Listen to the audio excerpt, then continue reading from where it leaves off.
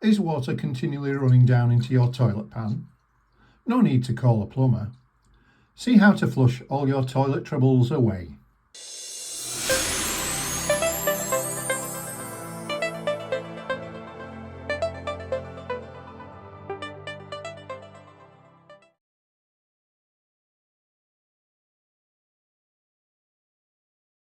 The first thing we need to do is remove the lid of the cistern.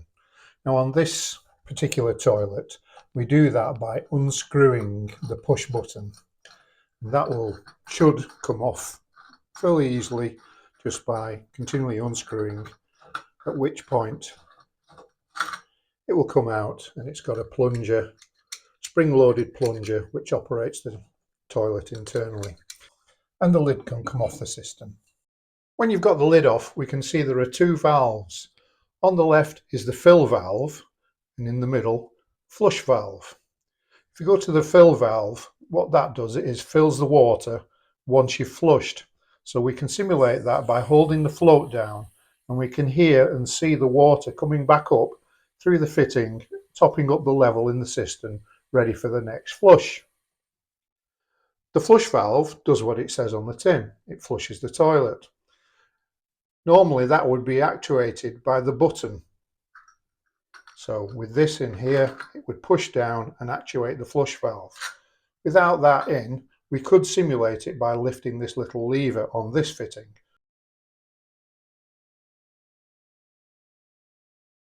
So it's normally one of two causes that will result in water overflowing and running down into the toilet pan. The first of these is the fill valve not shutting off properly, and I can simulate that by holding down the float, causing water to run in.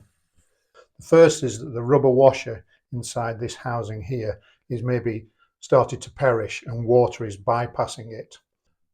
The other alternative is that the problem is with the flush valve, and the rubber seal at the bottom of the flush valve has started to perish. In that case, the water is bypassing the seal at the bottom of the flush valve, right down in the base of the cistern, and then running down internally into the toilet pan. So the first thing we're going to do, after we've turned the water off, that is we're going to take out the flush valve and have a look at the seal at the bottom to see whether that's the cause.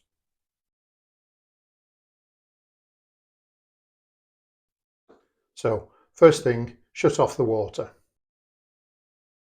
Okay, so we've isolated the water, so we want to get rid of the majority of the water that's in the cistern, so we'll do that by flushing.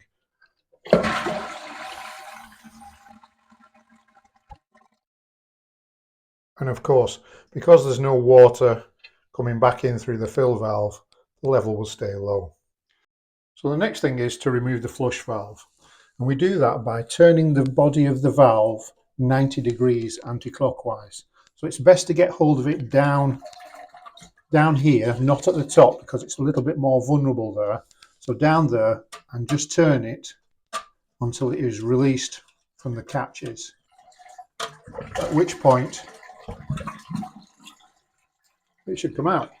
So if we take a close-up look, we can see the other part of the valve that's fitted to the cistern itself. You can see these little clip brackets, for want of a better word. So the action, if you're putting it back in, of turning it clockwise, causes the moulded clip to engage with the bracket below. Likewise, when you're removing the valve, you unscrew it counterclockwise, anti-clockwise, and the clip comes out of the bracket. So we can see the rubber seal around the base of the flush valve, and it's this where it might be leaking, so maybe the rubber has started to perish and it's not making a good seal. Or sometimes it might be something got in the water and is actually causing the seal not to mate against the surface properly. That's unusual, but I have seen it happen once. So to replace the seal, we just need to slightly pull it out of the groove in the moulding. It can be a little tricky if it's wet like this, but gradually you'll be able to just peel it out like so. Although this seal isn't that old, you can see there's quite a bit of gunge on it, And whilst it doesn't need replacing in this particular case, I'm going to give it a bit of a clean before I refit it. With our new seal, or in this case the original, but it's just been cleaned up a little bit, we're going to refit it, and that's a case of getting it back into the groove and feeding it all the way around. So just need to get it in on one side and just pull it gently, stretch it so it sits in nicely all the way around. We can see that if we look side on, it's properly in the groove all the way around.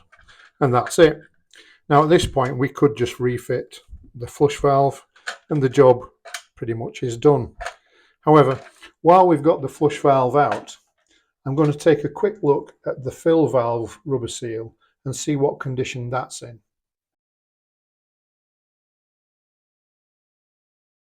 First thing we do is unscrew this fitting here.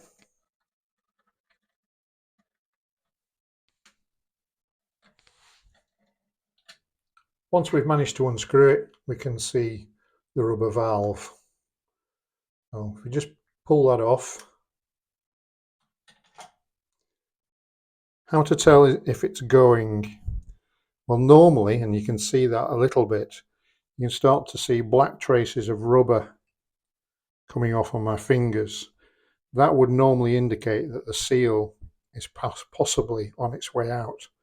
So I know this one's about 7 years old. That's when this toilet was fitted. So if we've got a replacement, now would be a good time to do it, because it's a lot easier to access the top of the fill valve when the flush valve isn't there.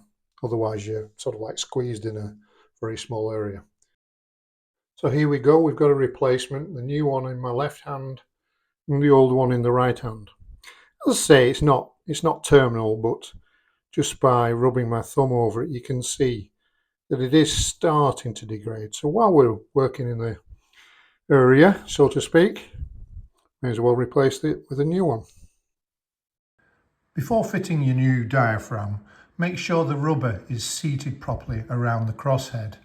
Here we can see it's just raised slightly on one of the tangs. So all you need to do is just push that down with your fingernail, like so, and then you can see that it's properly seated underneath the tang. Otherwise you'll find that when you've completed it, fitting it back together, and you turn the water back on, the water will leak past the rubber seal and you'll have to do the job again.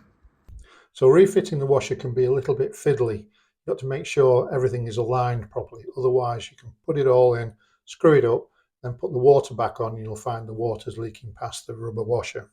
So what we can see here is a moulded plastic finger, and that needs to align with the slot in the housing here. So make sure we get that in. Right, so that's fitted nicely. Try not to drop everything. And then here we can see a little plastic notch which has to engage with the little slot here. So with the notch somewhere near the top, we've got to get that finger around that part of the fitting by turning the nut clockwise. So the fingers are engaged properly there. So now everything feels as though it's aligned properly, so we can just tighten up the nut, finger tight, doesn't need to be forced, just finger tight. We can check that the float feels free. Yeah, feels all right. So the test really is when you fill the system back up, when we let the water in. But first thing we need to do is now refit the flush valve.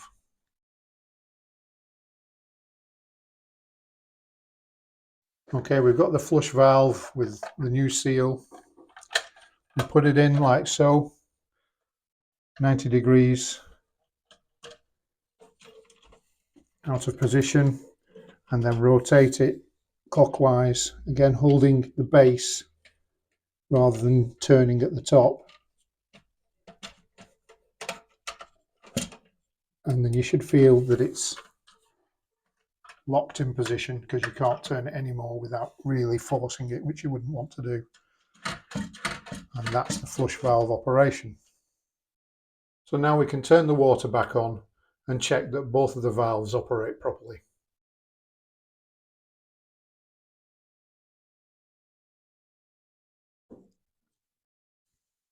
So the cistern's filling back up.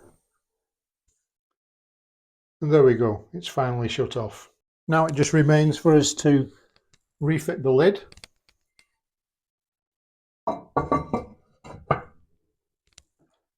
And get the push button and the plunger. Make sure it goes into the threaded hole and then just turn it clockwise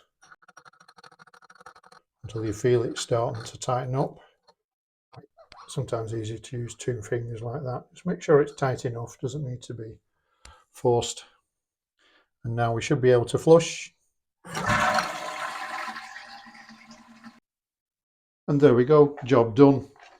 Replacing the seal on an Optima 49 dual flush valve from SIAMP.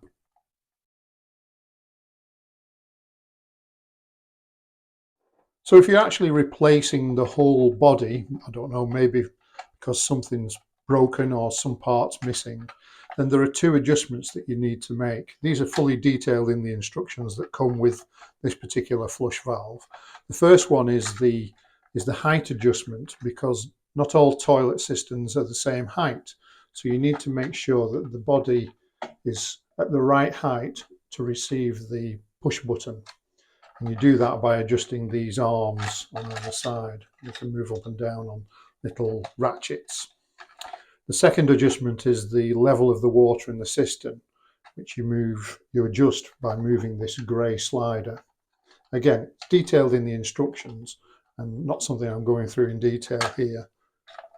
But those are the two adjustments that you will need to do in addition to what we've seen in this video before you replace the complete body. If you enjoyed this video, please do give it a like and consider subscribing. Thanks. Well, that's it for this one. Hope to see you next time. Cheers.